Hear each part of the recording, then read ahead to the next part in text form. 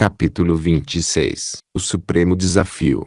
O que uma pessoa pode fazer? Uma chama poderosa seguiu-se a uma pequena faísca. Dante. Ele sabia que tinha de detê-los. Com apenas $800 no bolso, Son Labudie atravessou a fronteira para o México. Foi para o cais dos pescadores em Ensenada e esperou por sua oportunidade. Carregando uma câmera de vídeo para fazer os filmes domésticos da excursão, ele se apresentava como um ingênuo turista americano. Ofereceu seus serviços como ajudante ou mecânico a cada comandante que atracava seu barco ali. Foi contratado pelo Maria Luísa como tripulante temporário. Assim que o atuneiro panamenho se afastou da costa mexicana, Labudie começou a filmar secretamente as atividades da tripulação. Sabia que sua vida correria perigos se fosse descoberto. Finalmente aconteceu. Estavam cercados. Todo um cardume de golfinhos, conhecidos como o povo da água, começou a saltar e gritar perto do Maria Luísa. A natureza cordial dos golfinhos os levara a se aproximarem do barco.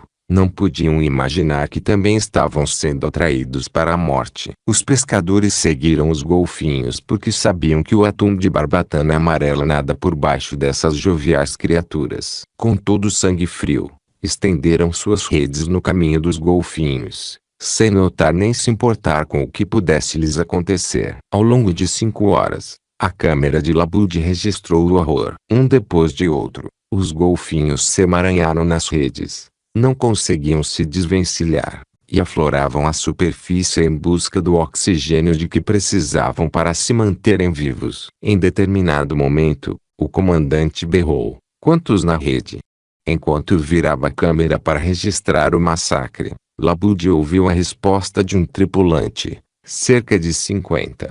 O comandante ordenou que a tripulação recolhesse as redes. Numerosos golfinhos espalhavam-se sem vida pelo convés escorregadio, e os tripulantes os separaram do atum, pondo de lado aqueles corpos cinzentos. Ao final, os cadáveres desses esplêndidos animais foram jogados de volta ao mar, como sacos de lixo. Rede. Susan e Lorenzo Benetti, a filmmaker Cruzades Tumaquetice e Asaf Fordou Pins, Revista People. 6 de agosto de 1990. O filme de Labudie era uma prova concreta do que outros vinham alegando há anos, que centenas de golfinhos eram regularmente mortos em um único dia de expedição de pesca. As estimativas são de que mais de 10 milhões de golfinhos foram mortos só nos últimos 10 anos. Editado para um formato de 11 minutos. O vídeo de Labudie surpreendeu os espectadores com a realidade angustiante do que estávamos fazendo com esses seres inteligentes e afetuosos,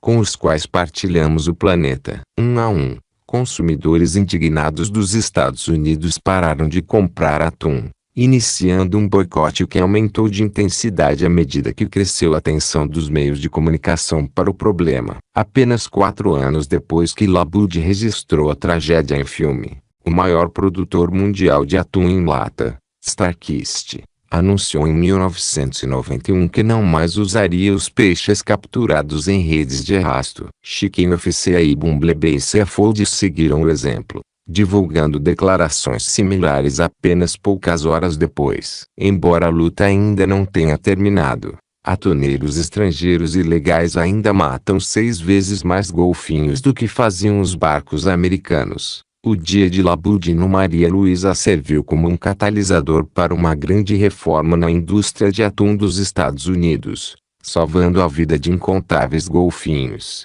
e com toda certeza ajudando a restaurar algum equilíbrio no ecossistema marinho. Cada homem é uma impossibilidade até nascer. Ralph Waldo Emerson. Muitas pessoas se sentem impotentes e insignificantes quando se trata de questões sociais e acontecimentos internacionais, pensando que mesmo que façam tudo direito em suas vidas pessoais, ainda assim ficariam à mercê das ações de outros. Sentem-se assediadas pela proliferação da guerra entre gangues de ruas e o crime violento, perplexas com os enormes déficits governamentais e a crise das associações de poupança e empréstimo, entristecidas com o desabrigo e o analfabetismo, e angustiadas com o aquecimento global e a inexorável extinção das outras espécies que também têm este planeta como lar. Tais pessoas caem no estado mental de pensar, Mesmo que eu conduza em ordem a minha própria vida e a da família, de que adiantaria? Algum maluco numa posição de poder sempre pode apertar e explodir o mundo.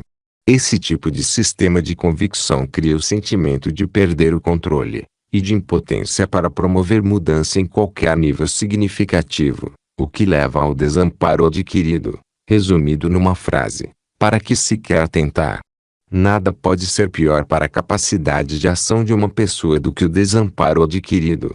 É o obstáculo primário que nos impede de mudar nossas vidas, ou de entrar em ação para ajudar outras pessoas a mudarem as suas. Se você chegou a este ponto do livro, já sabe, com toda certeza, qual é a minha mensagem fundamental. Você tem o poder neste momento de controlar como pensa, como sente e o que faz. Talvez pela primeira vez, tem condições de assumir o controle do sistema central, que o guiou inconscientemente até agora. Com as estratégias e distinções que adquiriu pela leitura e exercícios indicados neste livro, você já despertou para a convicção de que é realmente o dono de seu destino. Juntos, descobrimos o poder gigantesco que molda o destino, decisão, e que nossas decisões sobre o que focalizamos, o que as coisas significam, e o que fazer são as decisões que determinarão a qualidade de nosso presente e futuro. Agora chegou o momento de tratar do poder das decisões coletivas para moldarem o destino da comunidade,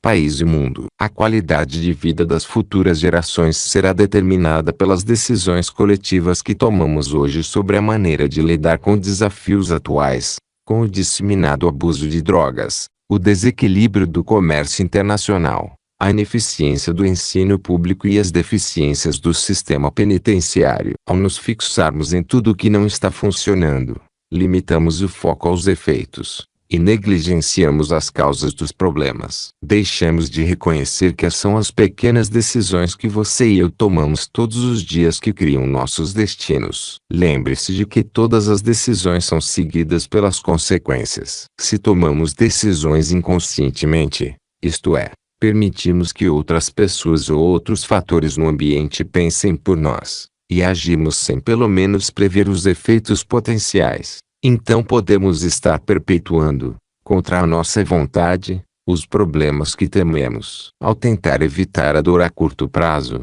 muitas vezes acabamos tomando decisões que criam dor a longo prazo, e quando descemos pelo rio, dizemos a nós mesmos que os problemas são permanentes e inalteráveis, que são inerentes ao território. É bem provável que a falsa convicção mais difusa acalentada pela maioria das pessoas seja a falácia de que só um ato sobre-humano teria o poder de provocar uma reviravolta em nossos problemas. Nada pode estar mais longe da verdade. A vida é cumulativa. Os resultados que experimentamos em nossas vidas, quaisquer que sejam, são a acumulação de um punhado de pequenas decisões que tomamos como indivíduos, como uma família, como uma comunidade, como uma sociedade, e como uma espécie. O sucesso ou fracasso de nossas vidas não é geralmente o resultado de um evento cataclísmico ou de uma decisão momentosa, embora às vezes possa parecer assim. Em vez disso, o sucesso ou fracasso é determinado pelas decisões que tomamos e as ações que efetuamos dia a dia. Da mesma forma,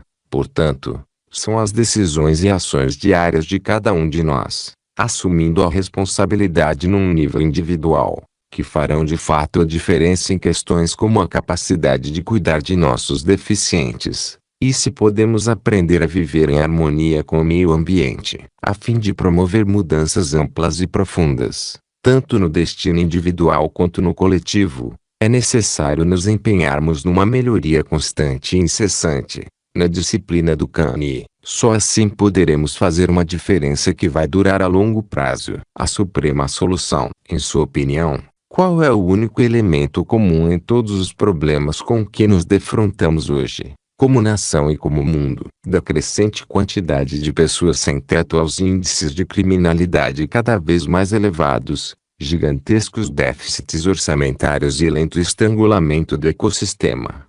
A resposta é que cada um desses problemas foi causado ou desencadeado pelo comportamento humano. Portanto, a solução para cada um desses problemas é mudar nosso comportamento. Isso exige a mudança da maneira como avaliamos ou tomamos decisões, O tema tratado neste livro: não temos um problema de abuso de drogas, temos um problema de comportamento. A gravidez adolescente não é o resultado de um vírus. É a consequência de um comportamento específico. A guerra de gangues é um problema de comportamento. Até mesmo a guerra nuclear é, em última análise, um problema de comportamento. Nossas decisões construíram as bombas, e nossas decisões vão eliminá-las. Todos esses problemas são o resultado de ações que as pessoas optaram por efetuar. Por exemplo, quando alguém se torna membro de uma gangue, essa decisão isolada acarreta toda uma série de comportamentos e problemas. Com a nova identidade da gangue, ele vai seguir um código de comportamento específico, que atribui um valor maior a coisas como lealdade ao grupo, e daí decorre todo um sistema de regras e comportamentos característicos. Um exemplo global dos efeitos a longo prazo de nossas decisões é a escassez de alimentos, com fome crônica, que ceifam tantas vidas ao redor do mundo. A Organização Mundial da Saúde demonstrou que é possível alimentar todos os homens, mulheres e crianças no planeta.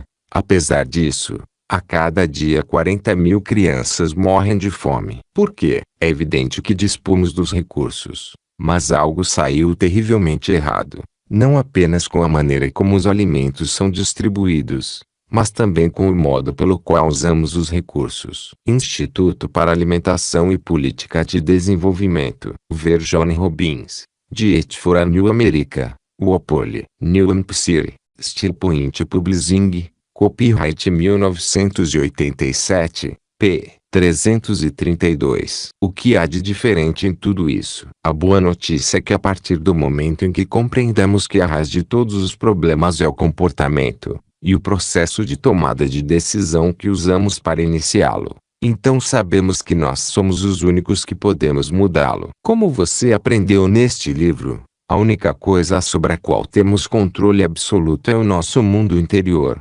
Nós decidimos o que as coisas significam, e o que fazer em relação a elas. E em decorrência de nossas decisões efetuamos ações que têm um impacto sobre o ambiente exterior.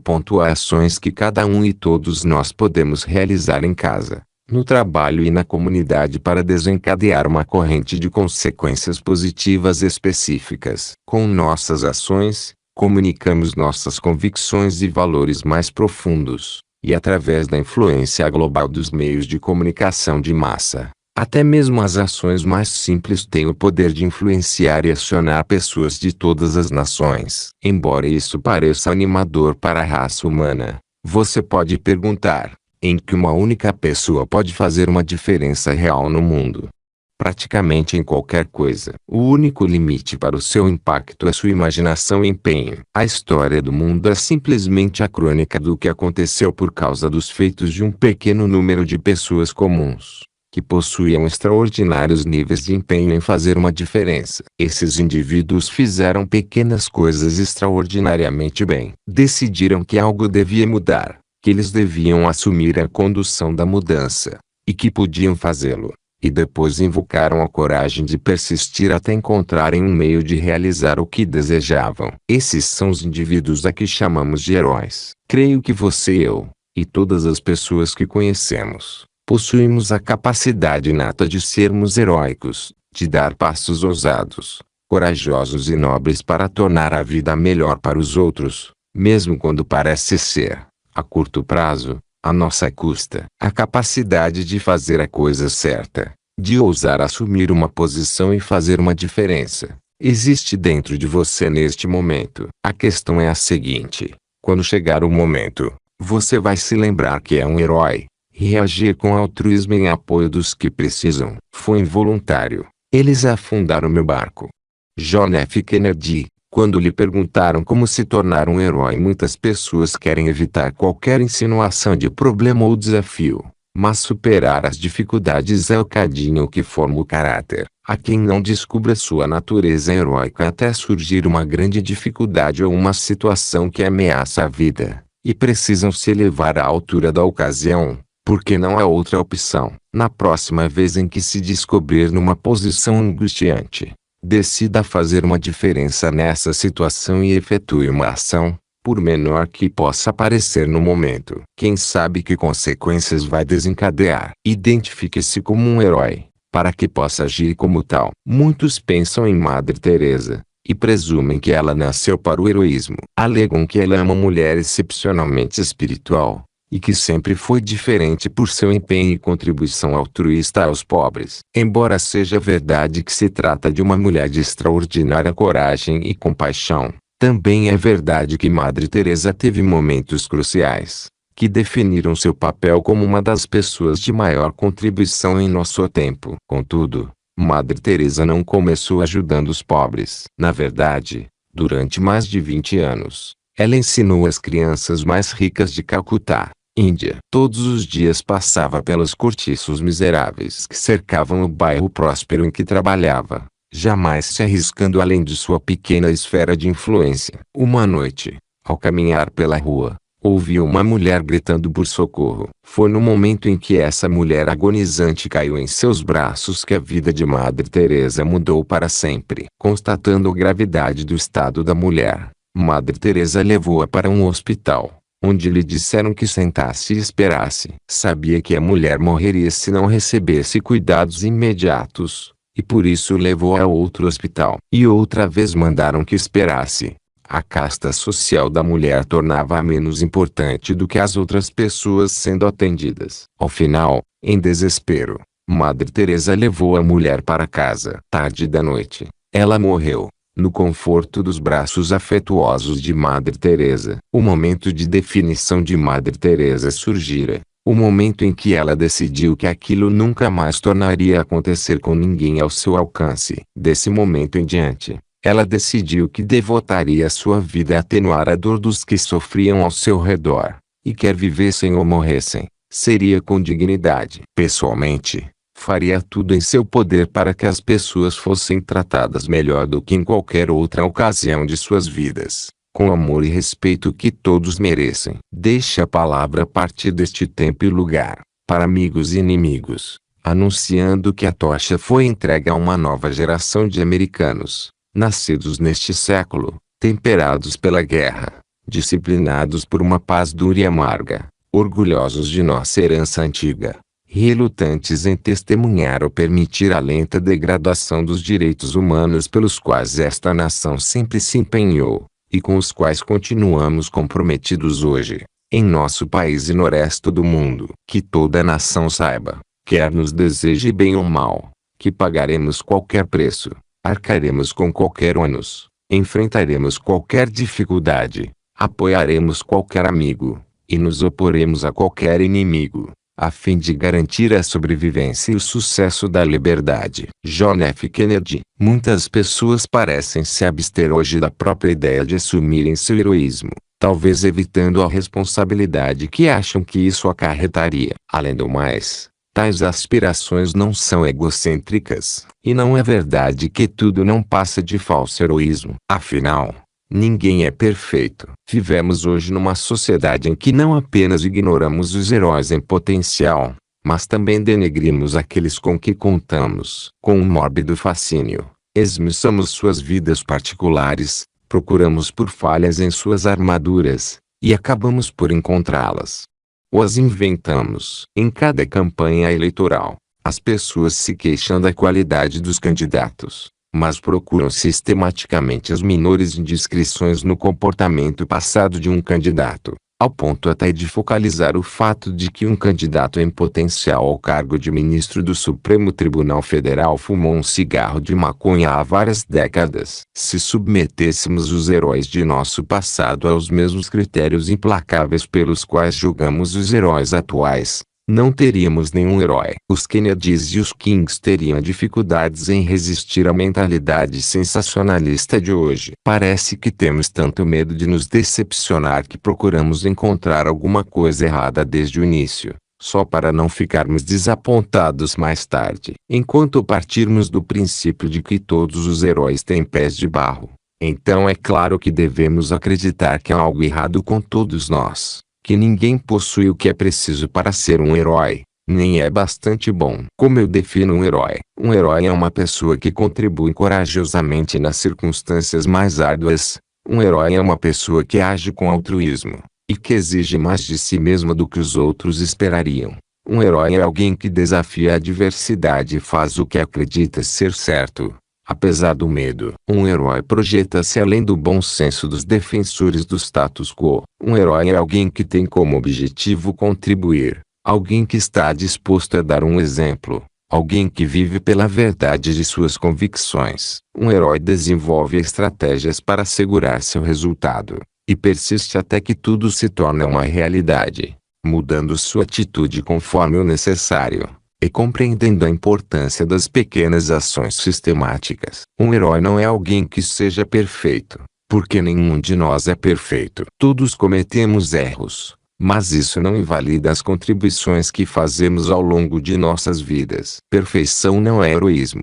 Humanidade é. O desafio dos desabrigados, sabendo que dentro de cada um de nós existe a centelha do heroísmo, esperando para ser acionada. Como podemos enfrentar um problema social gigantesco como a terrível população de desabrigados dos Estados Unidos? O primeiro fundamento para mudarmos essa situação é defendermos um padrão mais elevado. Devemos decidir que, como o país mais rico do mundo, não estamos mais dispostos a aceitarmos ter tantos homens, mulheres e crianças jogados nas ruas, como um refúgio humano. Qual a porcentagem de desabrigados em nossa população? No momento em que escrevo, ainda não foram completamente tabulados os resultados do censo de 1990 sobre os desabrigados. Na verdade, pela própria natureza da situação, as pessoas desabrigadas não têm endereço. É difícil obter dados exatos. As estatísticas mais citadas estimam que há pelo menos 3 milhões de cidadãos americanos sem teto,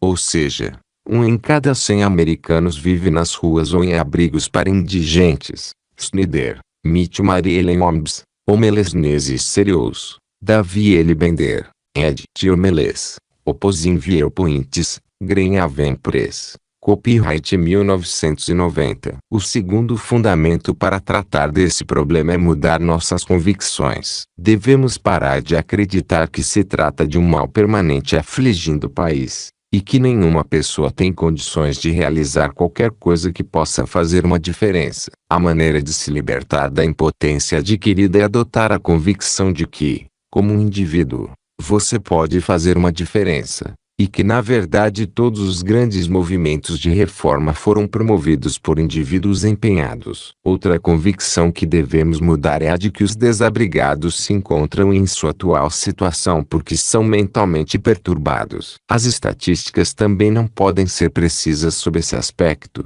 mas calcula-se que entre 16 e 22% dos desabrigados sofrem alguma forma de doença mental. A fim de ajudar de fato a essas pessoas, devemos superar nossos estereótipos mentais. Generalizar sobre os desabrigados não nos fortalece a ajudá-los. E não resta a menor dúvida de que muitos podem ser ajudados. Snyder, Mitch Mariellen Hobbs, Homelessness Serious, Davi L. Bender, Ed. Tiomeles, Opposing Viewpoints, Greenhaven Press. Copyright 1990. O que causa a existência de desabrigados? Em primeiro lugar, além da doença mental já mencionada, outros motivos comumente citados incluem o custo cada vez mais alto da habitação, somado à redução dos salários, o abuso de drogas e álcool, e o colapso da tradicional família americana. A verdade é que todos esses motivos são legítimos. Contudo, por trás de todos, vamos encontrar sistemas de convicções. Afinal, há muitas pessoas que também sobreviveram à devastação do abuso de drogas e álcool, que perderam suas casas ou não conseguem ganhar o suficiente para pagar um aluguel, e que nunca experimentaram uma vida familiar estável.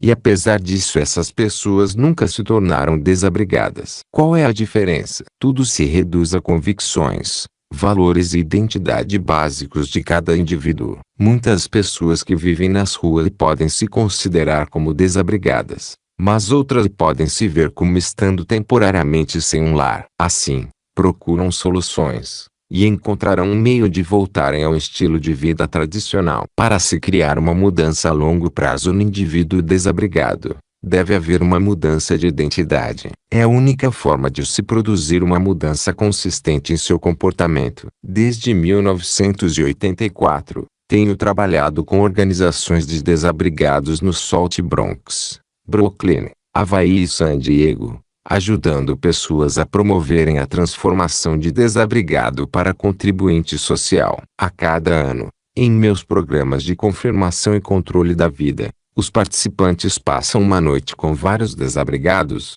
para propiciar a mudança e ajudá-los a dar uma virada em suas vidas. Os resultados dessas interações de uma hora são às vezes espantosos. Um exemplo extraordinário é o de um jovem chamado TJ.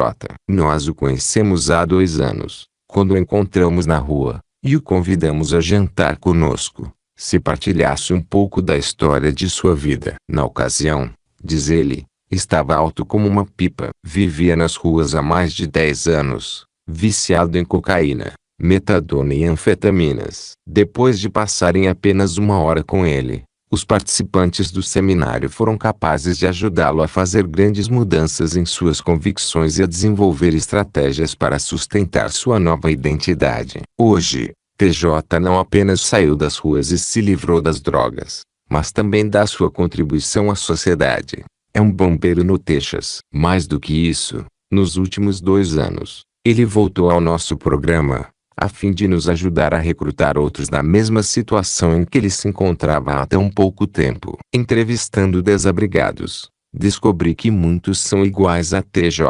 Têm problemas de drogas ou álcool, ou perderam suas casas e não sabem como enfrentar a situação. A maioria de seus desafios não é diferente do que muita gente enfrenta. Possuem neuroassociações que os limitam, possuem valores que previnem a mudança. Algumas de suas regras os impedem de progredir. Suas identidades os vinculam a circunstâncias limitadoras. Como a liberdade tende a ser um dos seus valores mais altos, sentem-se felizes, apesar da insatisfação com o ambiente físico. Afinal, não precisam obedecer às regras da sociedade, e evitam as pressões que associam a essas regras. Além disso, desenvolveram toda uma comunidade de amigos, e muitas vezes se consideram fortes, porque sobrevivem pela astúcia. Também acham que esse tipo de vida fortalece o caráter. Conheço até pessoas que já foram desabrigadas, e agora têm suas casas, mas continuam a passar algum tempo em abrigos para indigentes,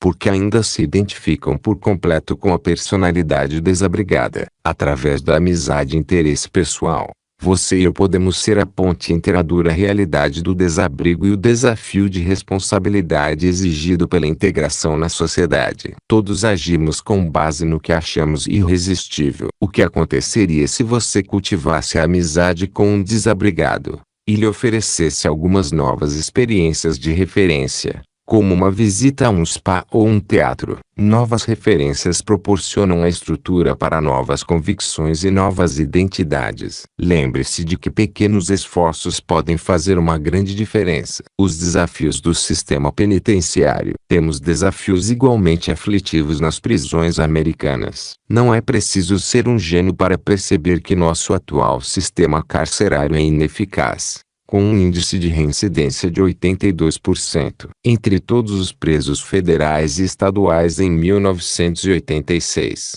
60% haviam passado 2 vezes ou mais por prisões, 45% 3 vezes ou mais, e 20% 6 vezes ou mais. Wade, John W. ed. The Universal Almanac, André Alzan Macmiel, Copyright 1989. Nos últimos 5 anos, a população penitenciária americana aumentou a um ponto considerável, criando as tensões decorrentes do excesso de presos. Viver num ambiente em que deve pagar a alguém só para não ser fisicamente agredido ou não sofrer abusos sexuais, em que deve roubar ou aderir a uma gangue para sobreviver, não melhora a visão de ninguém sobre sua posição no mundo. Os presos são compelidos a manterem sua identidade criminosa para sobreviverem na sociedade da prisão, em que se adquire reconhecimento e prestígio por um conjunto de regras brutais. Como partilhou comigo um ex-condenado, assim que fui solto,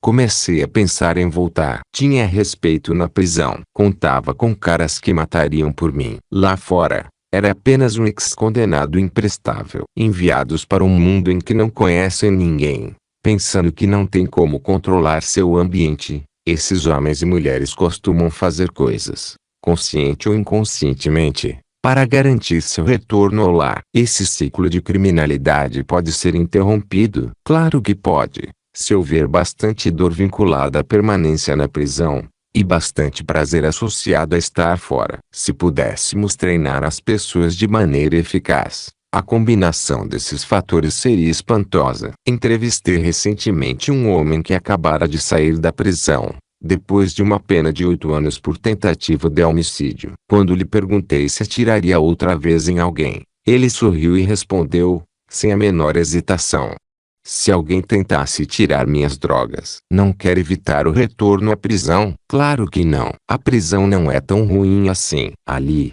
eu não precisava me preocupar com a próxima refeição. E podia assistir televisão. Tinha tudo sob controle. Sabia como lidar com os outros caras, e por isso não tinha com que me preocupar. A prisão não é um dissuasivo para o seu comportamento sociopático. Ele simplesmente não associa dor ao encarceramento. Compare isso com as experiências de Frank Abagnale, autor do livro Catch Me If You Can. Ele é famoso no mundo inteiro por seus golpes como grande impostor. Viaja por toda parte, apresentando-se como piloto da Pan, administrador de hospital, assessor do procurador-geral da Louisiana, entre outros disfarces, e dando golpes de milhões de dólares. Hoje, Frank é um dos mais destacados especialistas americanos em sistemas de segurança bancária.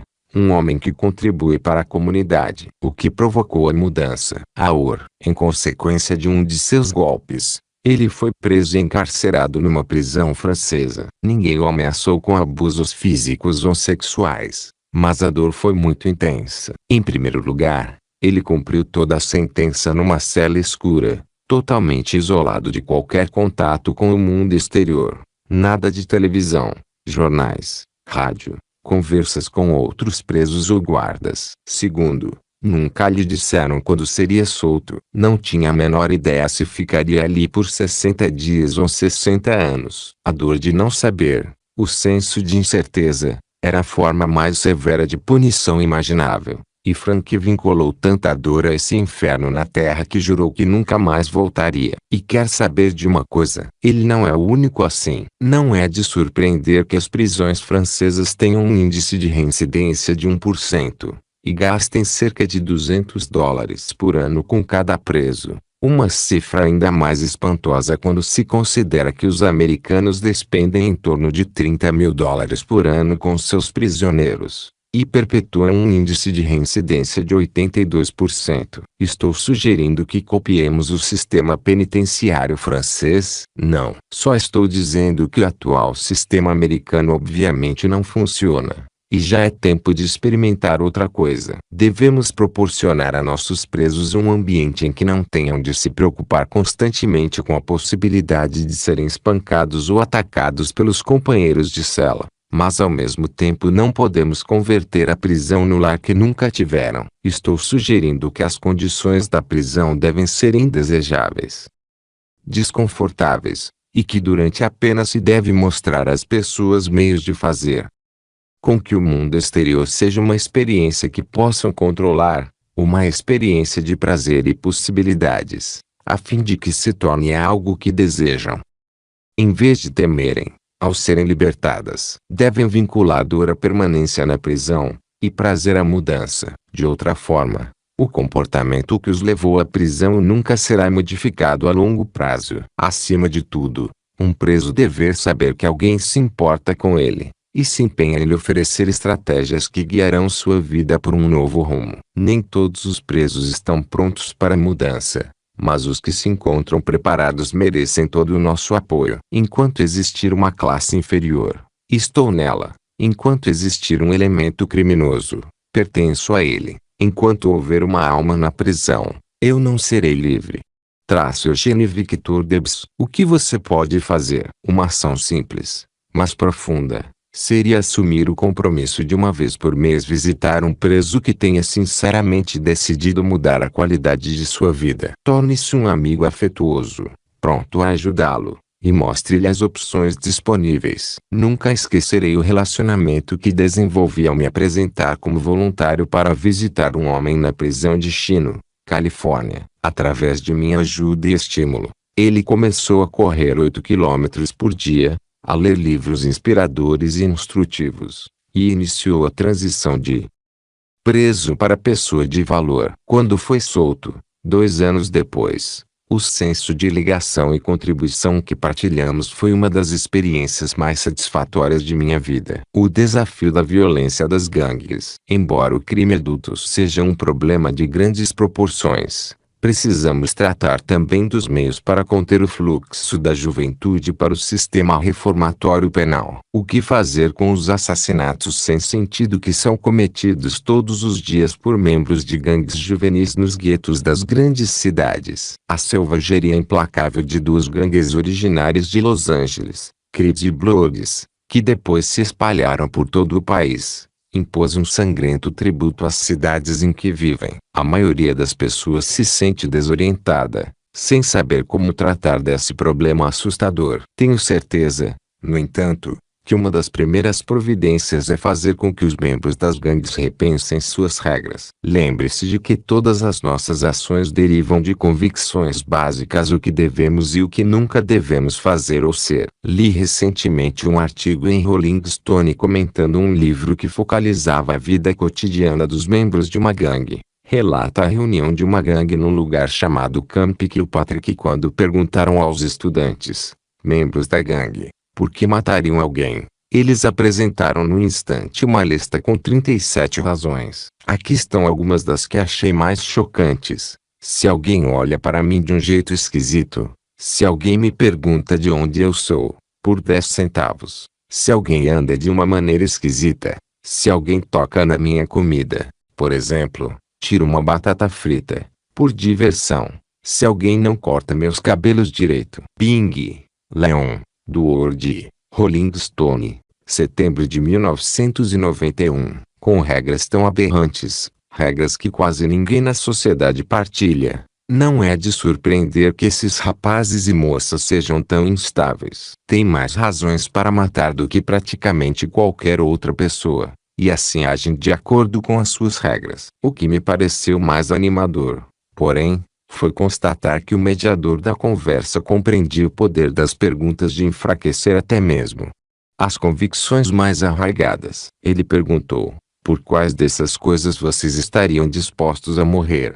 Em outras palavras, se você soubesse que também morreria se matasse alguém por um péssimo corte de cabelo, ainda assim o faria? Ao fazer essa pergunta, ele levou-os a reavaliarem suas regras e a reconsiderarem a importância daquelas coisas pelas quais se mostravam antes dispostos a matar. Ao final desse processo de perguntas, os membros da gangue haviam efetuado uma mudança radical em suas regras. Em vez de 37 razões para matar, eles tinham agora apenas 3: legítima defesa, pela família e pela associação, gangue. A última só permaneceu porque um jovem continuava a acreditar que era provavelmente a coisa mais importante em sua vida. Sempre que qualquer dos outros tentava dissuadi-lo, ele simplesmente insistia: vocês não me conhecem.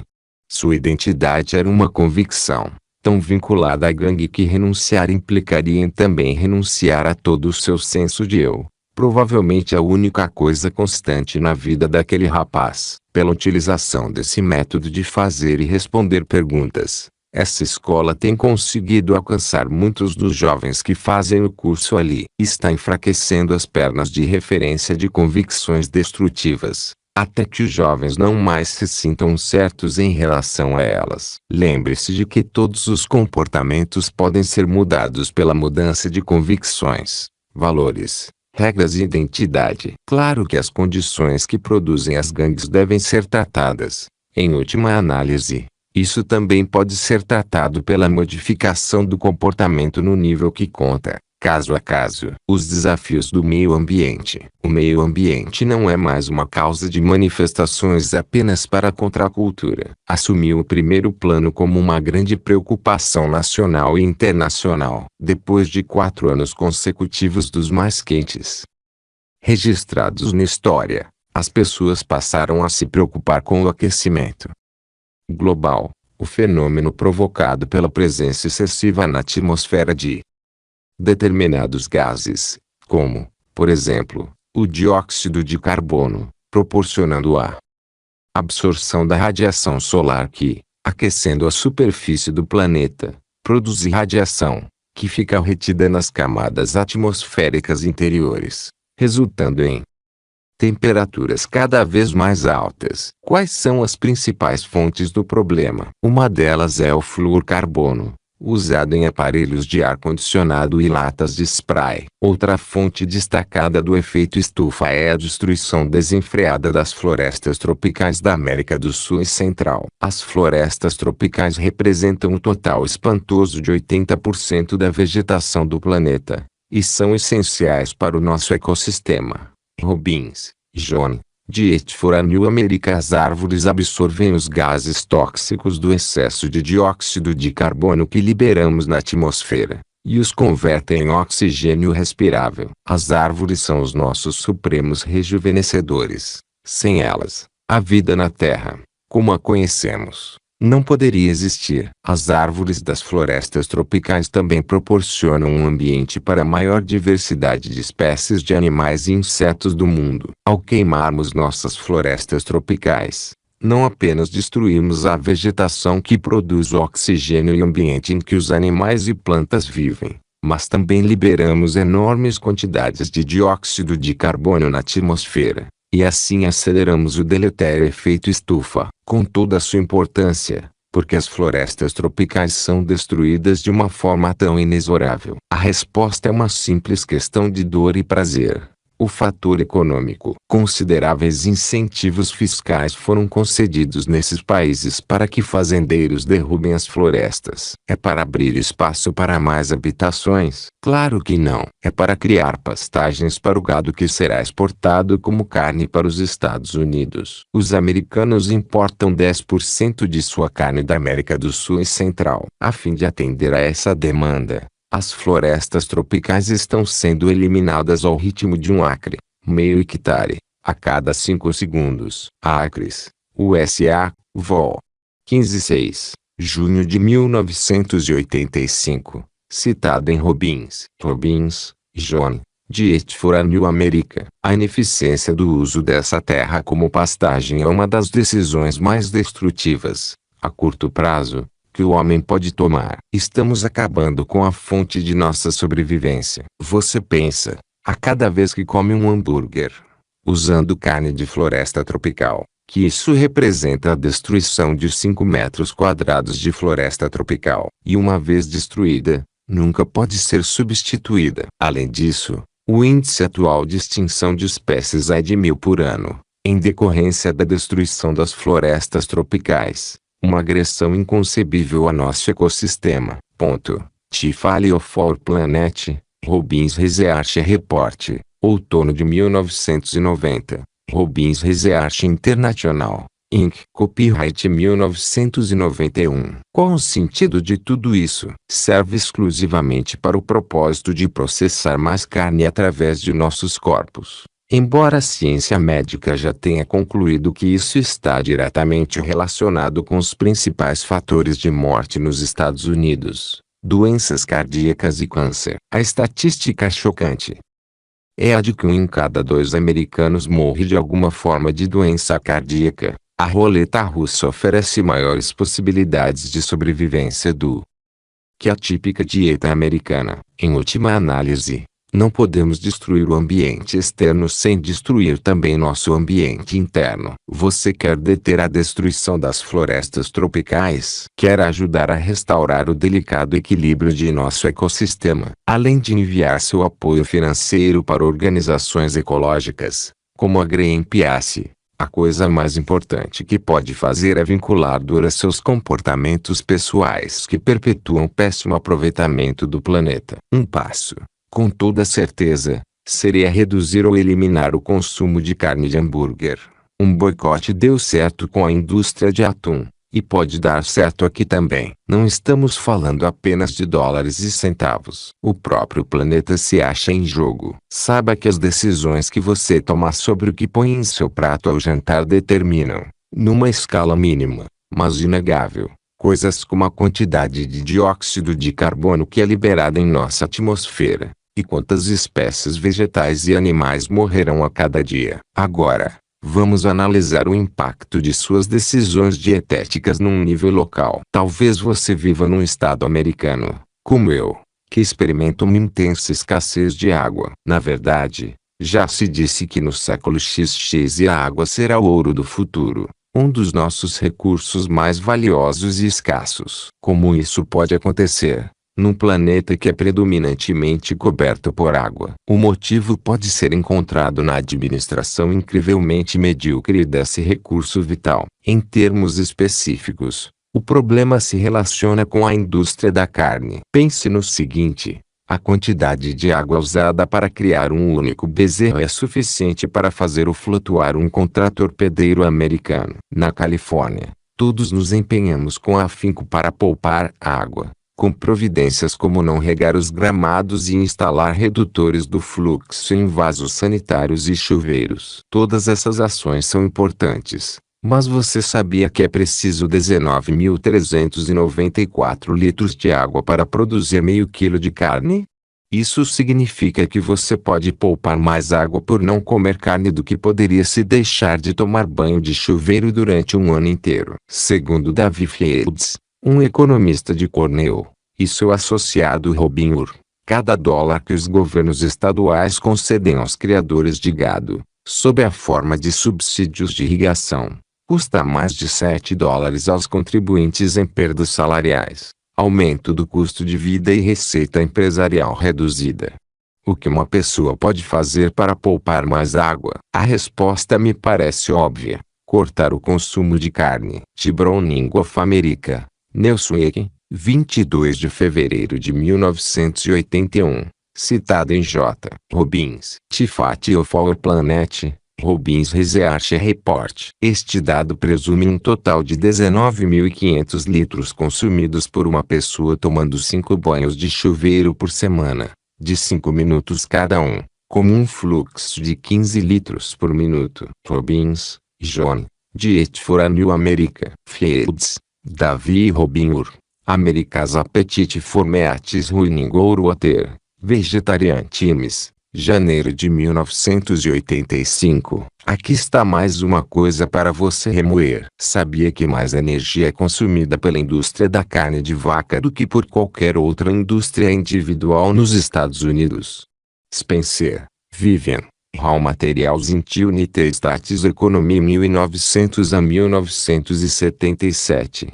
Documento Técnico 47. Departamento de Comércio, Departamento do Interior, Divisão de Minas, citado em J. Robbins. A porcentagem de toda a matéria-prima que os Estados Unidos devotam à criação de gado representa 1/3 de todo o consumo de energia, e o combustível fóssil exigido para produzir meio quilo de carne é mais ou menos a 39 vezes mais que o exigido para produzir o valor equivalente de proteína em soja. Se você quer poupar energia, seria mais sensato guiar seu carro até o restaurante no final do quarteirão do que se andasse até lá abastecido pelas calorias de 200 gramas de carne de boi ou galinha, produzidos por uma indústria com padrões ineficientes de energia. Está preocupado com as usinas de energia nuclear? Se reduzíssemos em 50% o nosso consumo de carne, poderíamos eliminar totalmente a dependência da energia nuclear nos Estados Unidos, além de reduzir de uma forma significativa ou por completo a dependência de importação de petróleo do exterior. Robbins, John. Diet for a New America. Uma questão final com que todos nos preocupamos é a fome no mundo. Com 60 milhões de pessoas morrendo a cada ano de inanição, é evidente que chegou o momento de examinarmos a eficiência da utilização de nossos recursos. Lembre-se de que todas as decisões têm consequências, e, se não tivermos alguma compreensão do impacto a longo prazo em nosso planeta, tomaremos decisões ruins. A quantidade de alimentos produzidos em qualquer acre, 0,4 hectare, de terra fértil é bastante reduzida quando esse alimento é carne de boi. O mesmo acre de terra que produz 120 kg de carne de boi daria para produzir 20.000 kg de batata. Mais ou menos a diferença entre alimentar uma pessoa e 160 pessoas. Os mesmos recursos usados para produzir meio quilo de carne podem produzir 8 quilos de cereais. Departamento de Agricultura. Citado em J. Robbins. John. Diet for a New America. A terra exigida para alimentar um comedor de carne durante um ano é de 3 acres e 1/4. Para um lacto-ovo vegetariano, meio acre. E para um vegetariano total, 1/6 de acre. Em outras palavras, um acre pode alimentar 20 vezes mais pessoas se todas tiverem uma dieta vegetariana. 40.000 crianças morrem de inanição a cada dia, embora tenhamos a capacidade de alimentá-las, se administrássemos nossos recursos com mais eficiência. E tem mais. Se cada americano reduzisse o consumo de carne em apenas 10%, o número de pessoas que poderiam ser alimentadas, usando os recursos que seriam liberados da criação de gado, seria de 100 milhões. É comida suficiente para alimentar cada homem, mulher e criança famintos da terra. E ainda ter um excedente. Obviamente, ainda teríamos de enfrentar o desafio político da distribuição, mas o alimento estaria disponível, com toda certeza. Finalmente, um dos recursos naturais mais importantes que estamos esgotando em decorrência de nosso hábito de carne é o solo arável. A natureza precisa de 500 anos para criar 2,5 cm de solo arável, e no momento estamos perdendo isso a cada 16 anos. Há 200 anos, os Estados Unidos tinham 54 centímetros de solo arável, e agora temos apenas 15 centímetros. A quantidade de perda de solo arável relacionada diretamente com a produção de carne é de 85%. Sem um solo arável adequado, nossa cadeia alimentar desmorona, e com isso nossa capacidade de existir. Lap. Francis Moore. Diet for a Small Planet. Ballantine Books. Copyright 1982. Citado em J. Robbins. Lester Brown, do Albert Institute. Citado por Heisenberger. Unicef. Statue of the World's Children. Ajustado com dados de 1988 do Departamento de Agricultura dos Estados Unidos. Agricultural Statistics 1989. Citado em J. Robbins. Arnak. Curtis. In Plymouth County, Iowa. Thierry Stop Soils Going Fast. Alas. New York Times. 11 de julho de 1988. Citado em J. Robbins. Robin. Lei de Conservação de Recursos de Solo e Água. Sumário de Avaliação.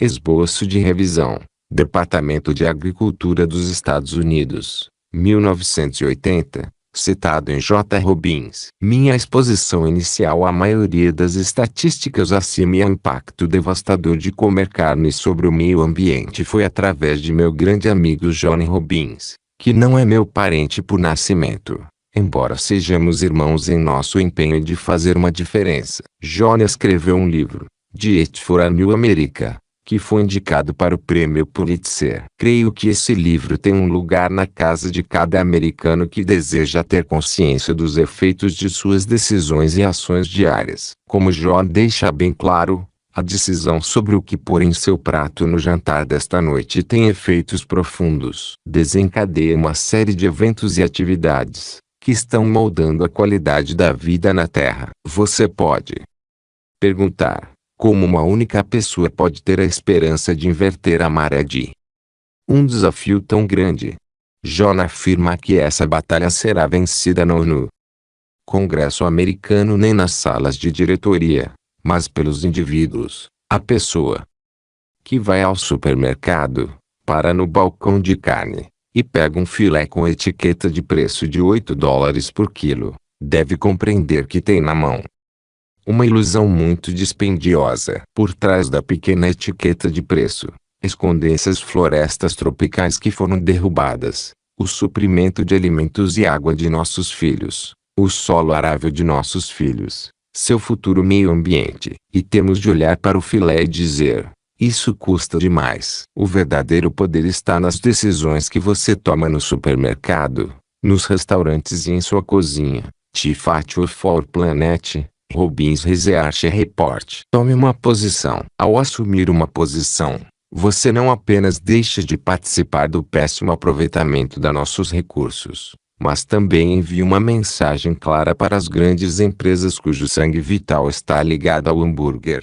Nos últimos anos, empresas de alimentação como a McDonald's e a Carlos Jr. Carlo Kasher Enterprises começaram a reagir às mudanças no gosto dos consumidores, criando lanchonetes de saladas e outros alimentos alternativos. A McDonald's também parou de usar recipientes de poliestireno para seus alimentos, e calcula que, em decorrência, reduziu sua produção de hidrocarbonos em 25%, fazendo uma diferença considerável na melhoria do meio ambiente. Como um consumidor, use os recursos que aprendeu neste livro para promover uma mudança positiva. Saiba o que quer. Use o seu poder de compra como alavanca para interromper padrões destrutivos. Pressione as empresas a procurarem alternativas, e depois reforce-as para os comportamentos desejados, consumindo seus produtos e serviços. Ensine seus filhos. Dê o exemplo. Como acontece com qualquer desafio,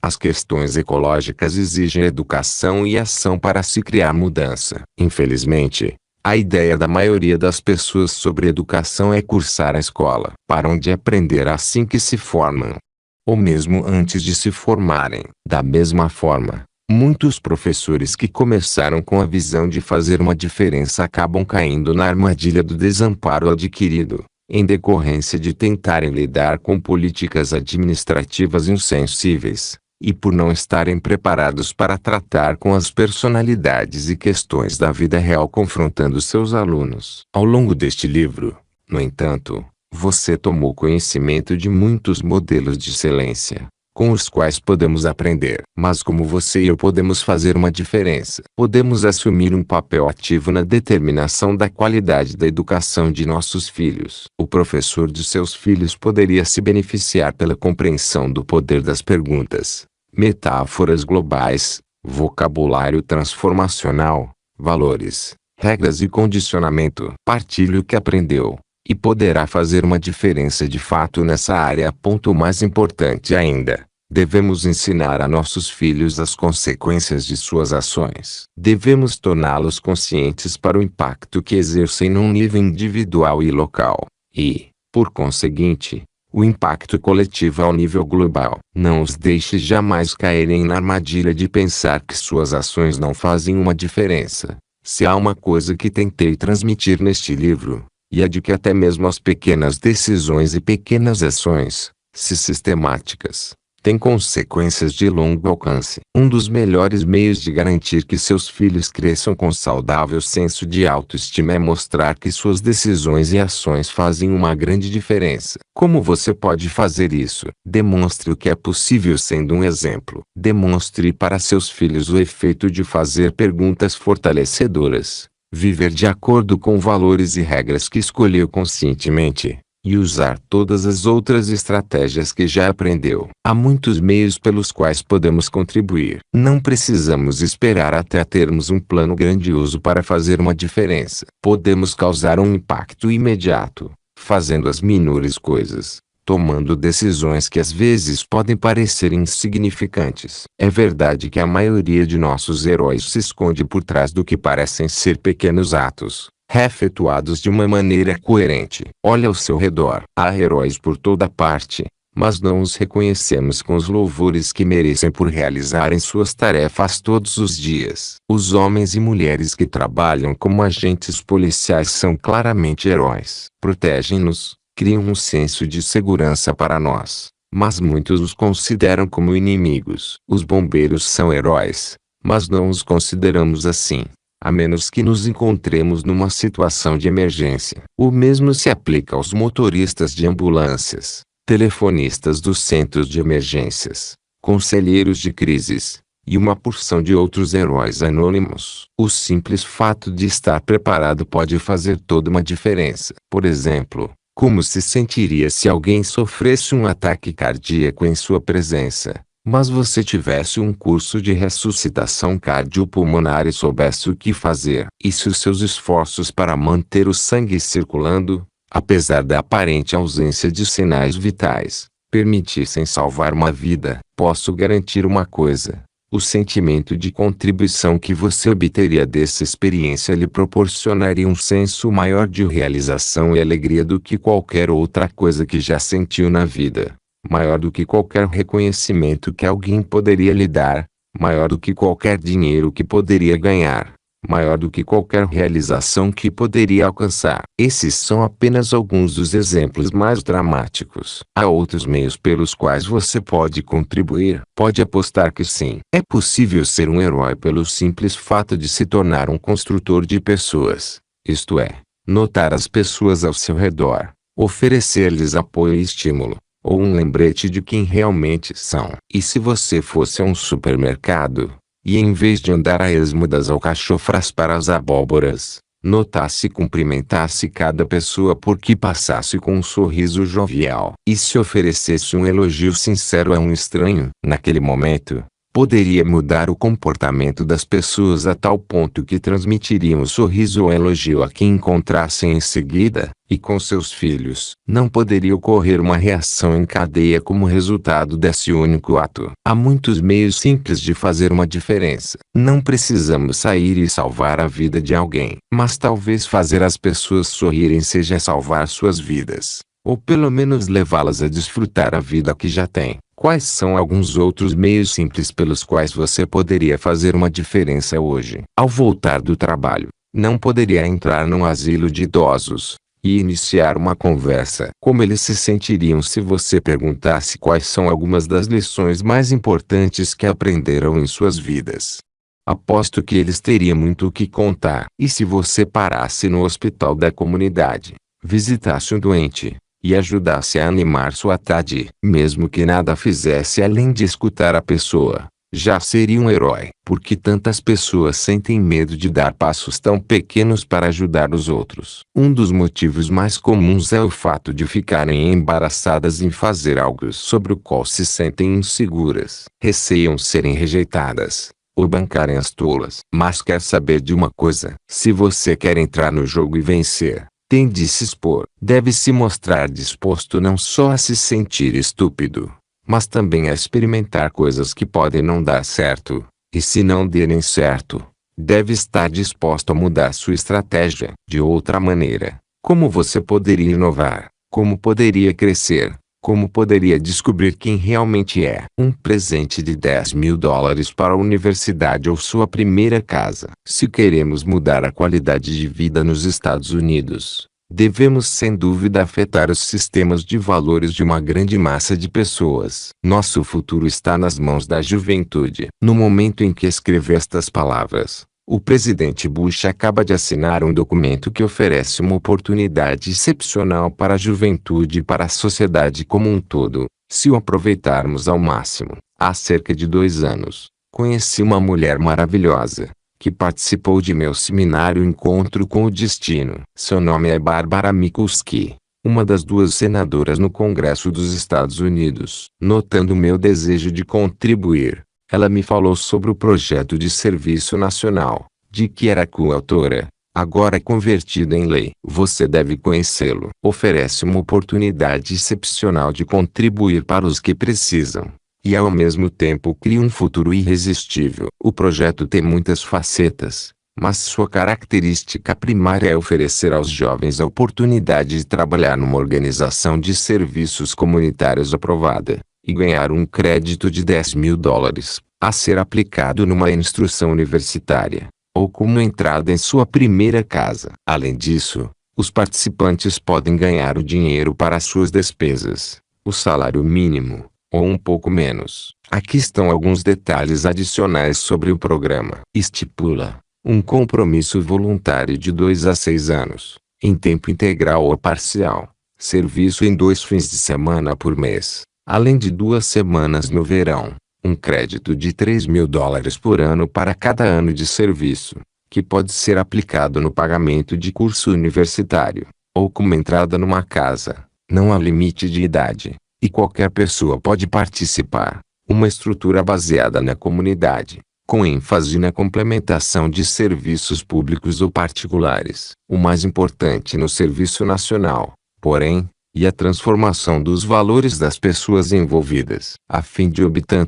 o crédito, os jovens vão experimentar um senso de contribuição, ajudando os idosos, deficientes físicos, pacientes de câncer, analfabetos funcionais, e assim por diante. Embora possam ingressar no Serviço Nacional por causa do incentivo do crédito, a experiência diária de contribuir para os outros afetará profundamente a identidade e destino dos jovens. Uma vez tocada pela gratidão de outro ser humano, uma vida se transforma para sempre. Pode imaginar o impacto se a maioria de nossos jovens partilhasse dessa experiência. Você não pode viver um dia perfeito sem fazer algo por alguém que nunca será capaz de retribuir.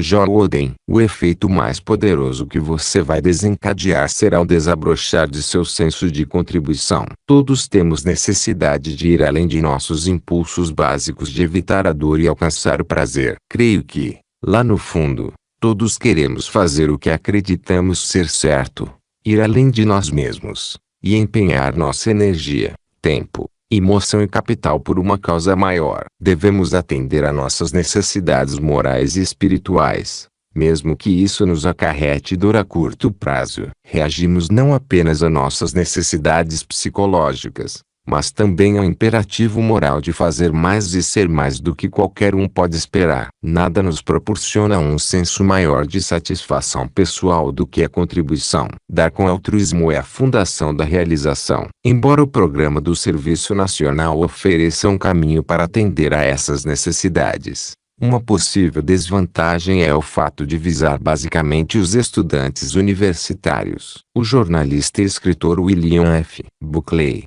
Jr., sugere que uma compreensão da dor e prazer pode nos ajudar a recrutar a ajuda de um segmento muito mais amplo da sociedade. Um sistema de punição e recompensa é a base de suas sugestões, traduzida em termos específicos em incentivos e sanções, que incluiria uma isenção fiscal para os primeiros $10.000 de rendimentos taxáveis ganhos por qualquer um que participe como voluntário do Serviço Nacional. Cada trabalhador nos Estados Unidos acaba alcançando um rendimento de $10.000 taxáveis. Portanto, todos teriam um incentivo para oferecer seu tempo. Além disso, ele sugere, no lado da dor, uma legislação estipulando que os jovens só podem se candidatar ao crédito educacional se estiverem dispostos a oferecer algumas horas por semana ao programa do Serviço Nacional. Argumenta ainda que guiar um carro é um privilégio que a sociedade concede, e não deve ser estendido a quem não esteja disposto a contribuir para a sociedade como um todo. Assim, o direito a tirar carteira de motorista dependeria também da participação no Serviço Nacional. Embora ache que essa terceira opção é um tanto radical, e pode ser prejudicial, apoio plenamente as duas primeiras ideias. Esses incentivos atrairiam mais pessoas, e provocariam um impacto maior sobre os valores da sociedade do que o plano atual. Há muitas organizações ansiosas por pessoal e outros recursos. Imagine o impacto que esses incentivos poderiam produzir. Buckley ressalta que gastamos mais de $30.000 por ano com cada preso, 35.000 com cada membro das Forças Armadas, 13.000 com os voluntários do programa comunitário Vista, e 5.000 com os estudantes do Centro de Treinamento dos Oficiais da Reserva. O Serviço Nacional é uma experiência que todos devemos promover, em benefício da sociedade. O poder desses programas é o fato de que, ao ajudarmos os outros,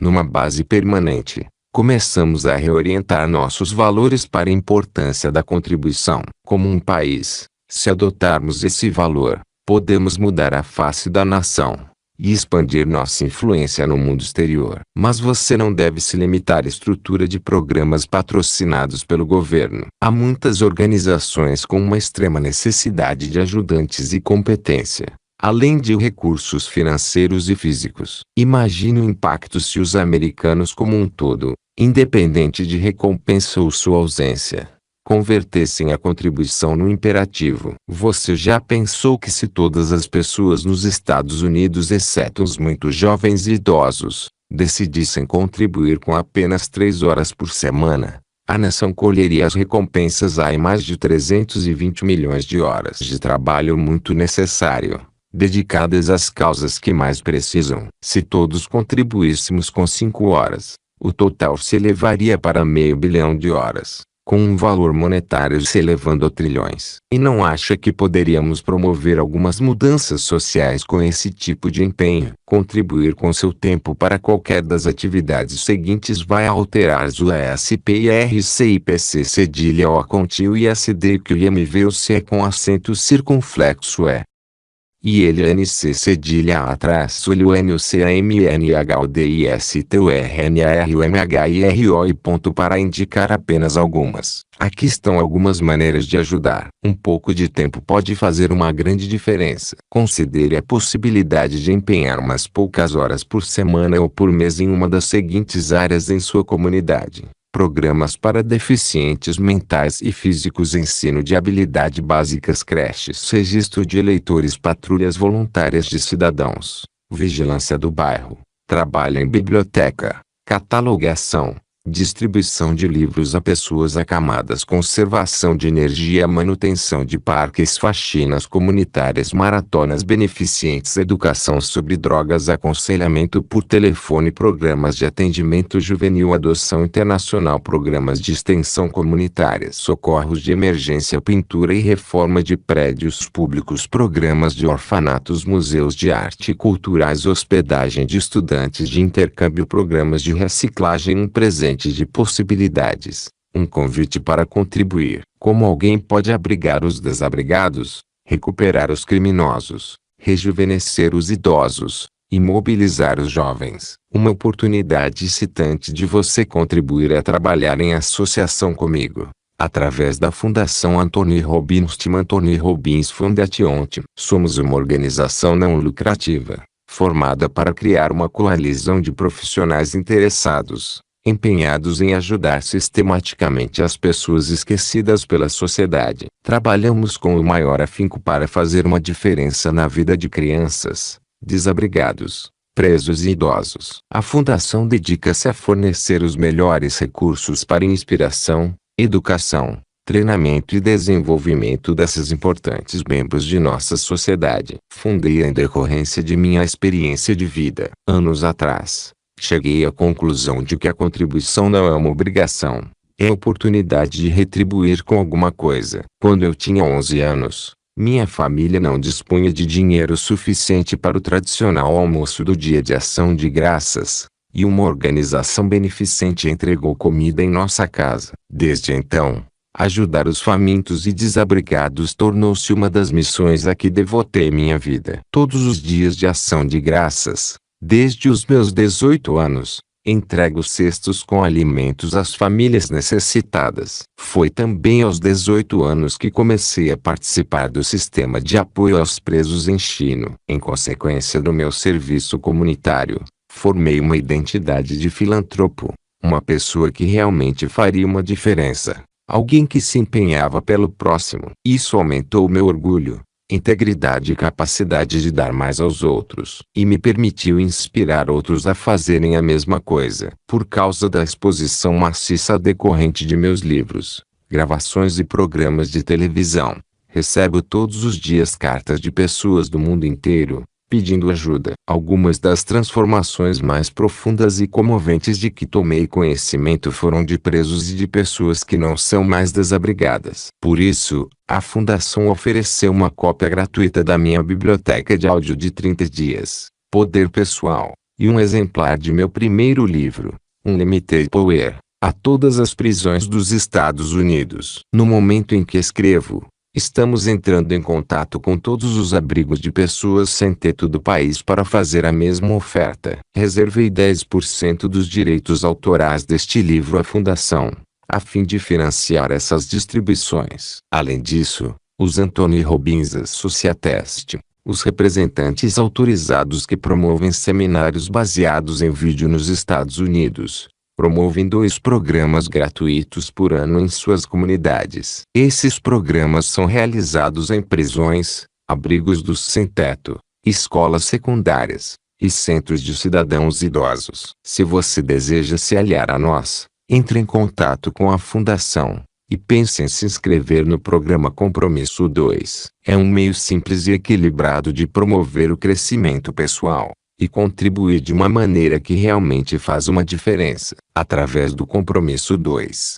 você pode dar a outros um presente de possibilidades, através de um compromisso mensal de visitar um preso, uma pessoa idosa, um adulto ou criança desabrigado, e se tornar um amigo genuíno. Também pode ajudar um de nossos programas anuais. Patrocinamos um programa de liderança juvenil, a Brigada do Sexto, no Dia de Ação de Graças, seminários em prisões, e um programa para os idosos, Projeto Sabedoria.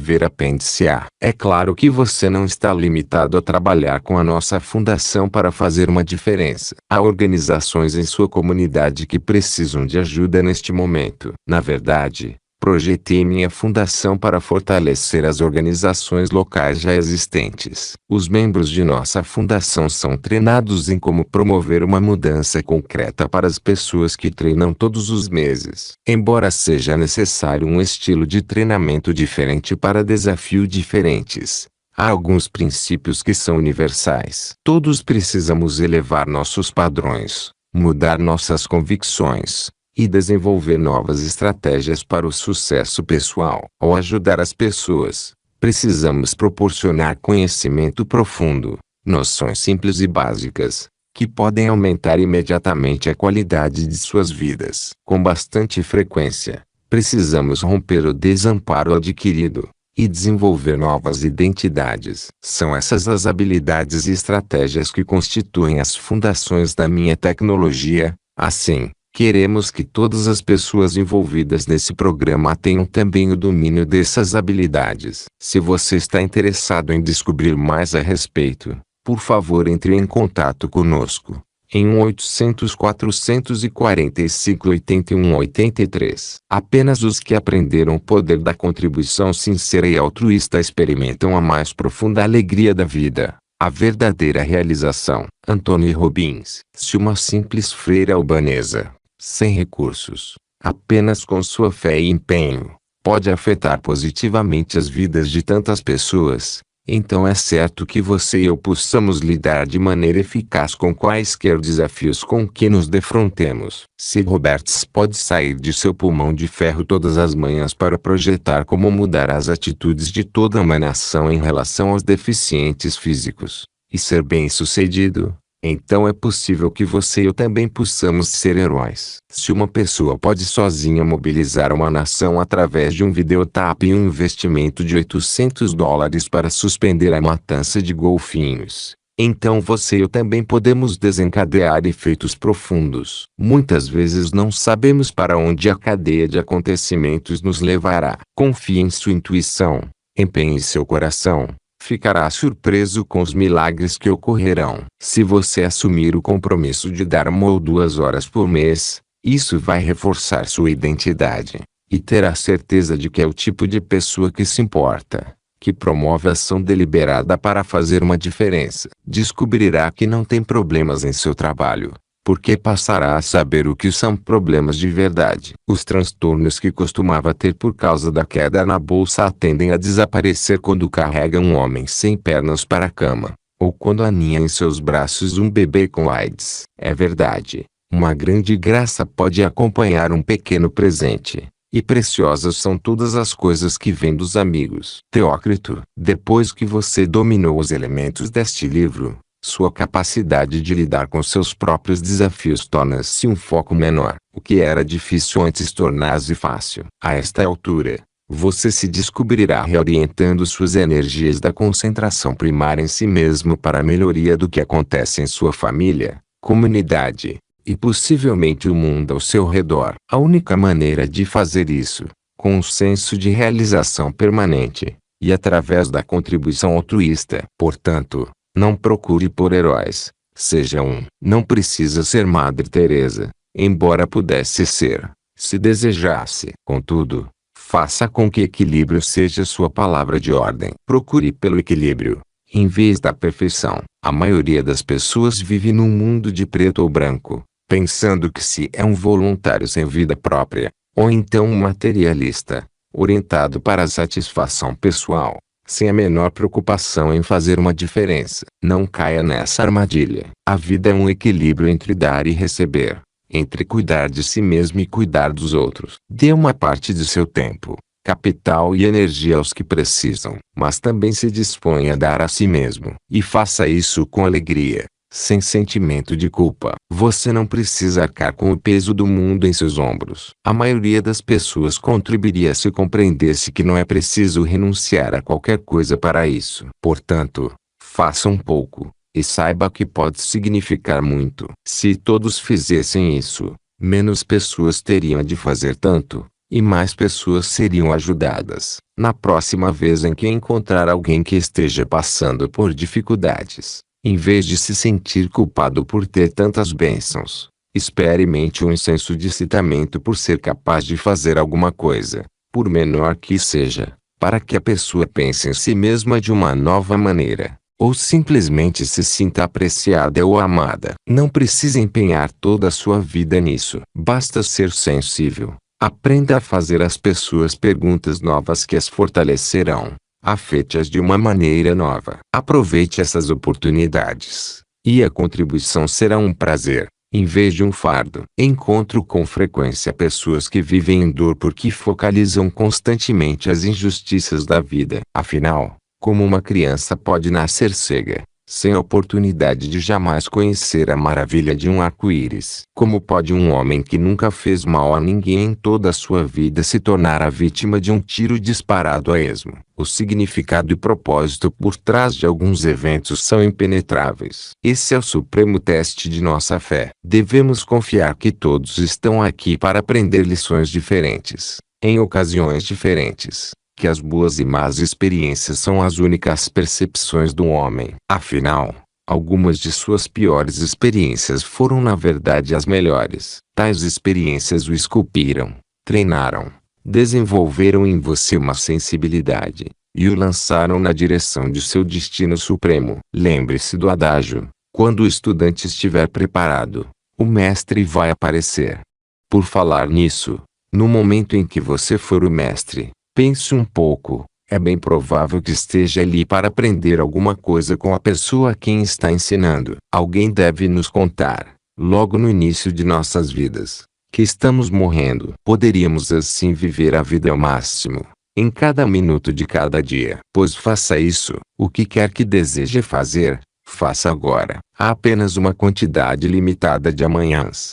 Michael Landon. Qual é a mensagem? Viva a vida plenamente enquanto está aqui. Experimente tudo. Cuide de si mesmo e dos amigos. Divirta-se. Seja excêntrico. Saia e se acabe de tanto viver. É o que vai acontecer de qualquer maneira, por isso é melhor desfrutar o processo. Aproveite a oportunidade para aprender com os seus erros. Descubra a causa de seu problema e elimine-a. Não tente ser perfeito. Basta se tornar um excelente exemplo de ser humano. Procure sempre meios de melhorar você próprio. Pratique a disciplina de Kani. Aprenda durante toda a sua vida. Tire um momento agora para controlar seu sistema central, a fim de poder vencer no jogo da vida. Deixe que sua humanidade, sua preocupação consigo mesmo e com os outros, seja o princípio orientador de sua vida. Mas não leve a vida tão sério a ponto de perder o poder da espontaneidade. O prazer que deriva de ser tolo, de ser uma criança. Nadine Stair,